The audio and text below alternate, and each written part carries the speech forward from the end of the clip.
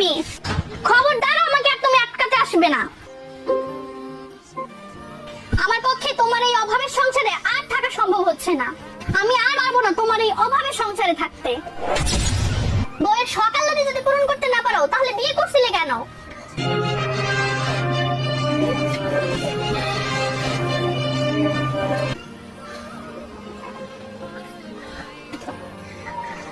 Hello মা, আমি চলে আসতেছি বাড়িতে।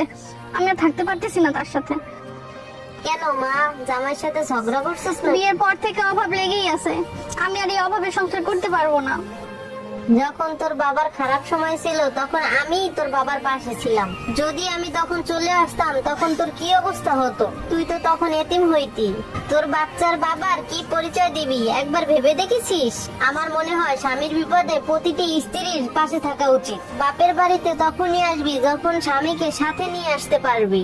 এখন মাথা ঠান্ডা করে তোর স্বামীর কাছে চলে যা। আর শোন, প্রত্যেকটা পুরুষের সফলতার পিছনে তার স্ত্রীর অবদান সবচেয়ে বেশি।